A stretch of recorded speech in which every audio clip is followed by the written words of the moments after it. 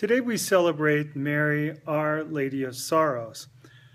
It is a wonderful solemnity in the Church.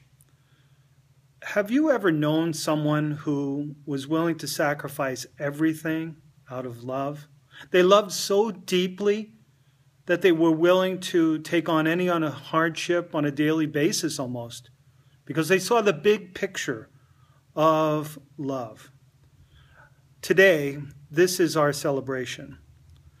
Mary's love and obedience to the will of God puts her squarely in the face of fighting against evil.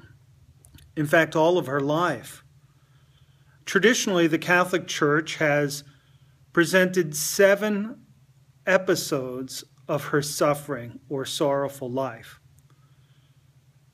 The first is when Jesus is presented in the temple. And Simeon, who is a very holy man, says to Mary and Joseph that Jesus is going to be the sign for the rise and the fall of those in Israel. Following Jesus is not a lukewarm experience. One's either going to be with him or against him. When Mary hears this message, it must concern her at the least, and maybe even upset her and her whole life.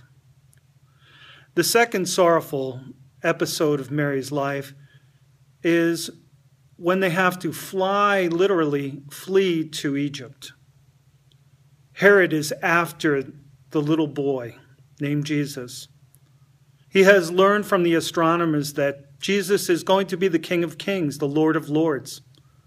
Herod sees this as a potential conflict and maybe a threat to his kingdom. Of course, he gets it wrong because he's only thinking in earthly terms.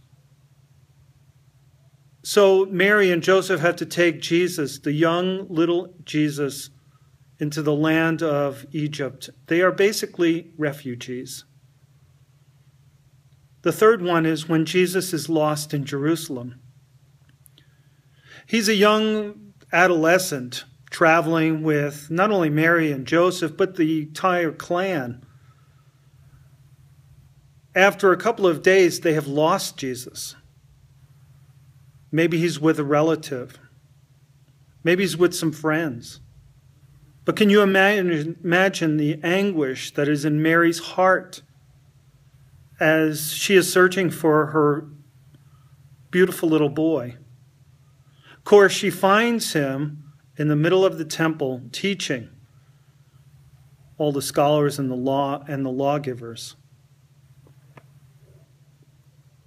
The fourth, we fast forward to the final weeks of Jesus' life. Mary meets Jesus on the way to Calvary. Can you imagine what it's like to see your son suffer and die?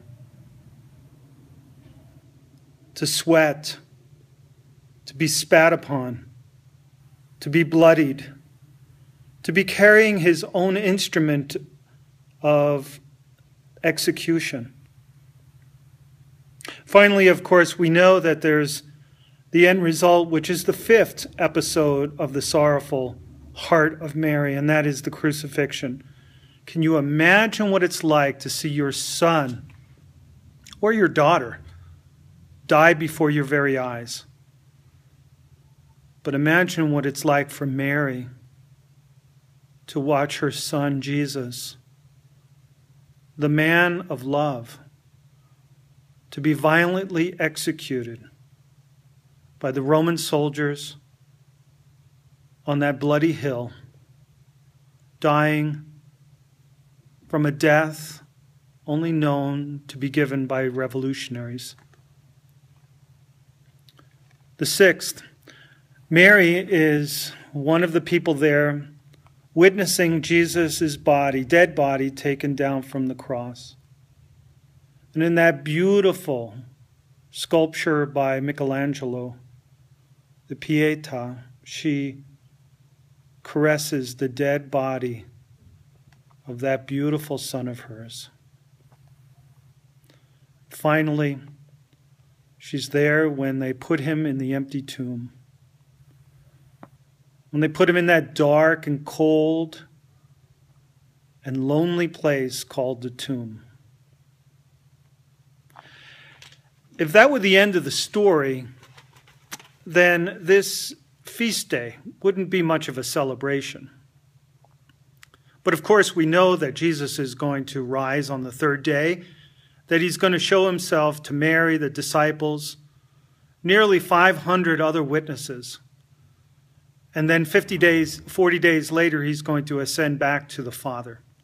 His mission is not a mission of sorrow. His mission is a mission of love. Ultimately, a mission of joy. But Mary, we celebrate on this day, suffers because her son suffers.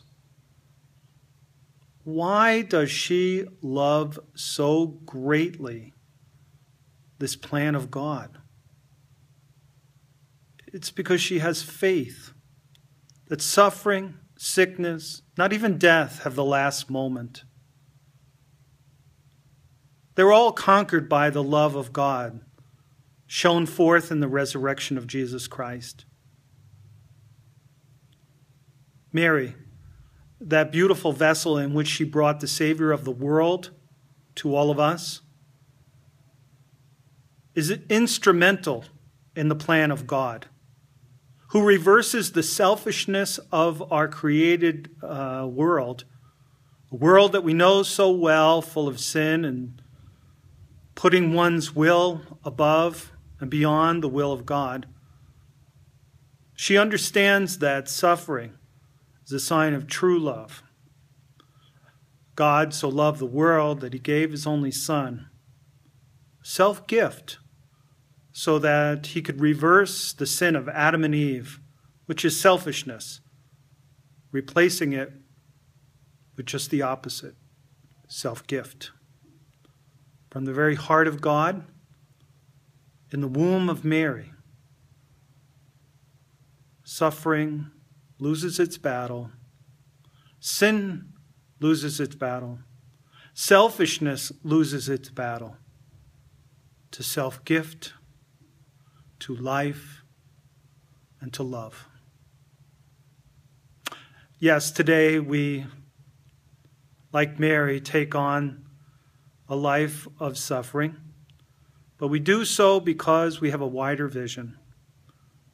We do so because we know that as instruments of God's salvation, we too are self-gift to one another. The grace that flows through each of us when we are not selfish, but we are rather giving of ourselves to God and to others, is part of the salvation, the ongoing salvation plan of God. So recognize the day as it is. It is a sorrowful day. Mary did suffer, and so do we when we choose to bring life into the world. But sorrow does not have the last word. Life does. God bless.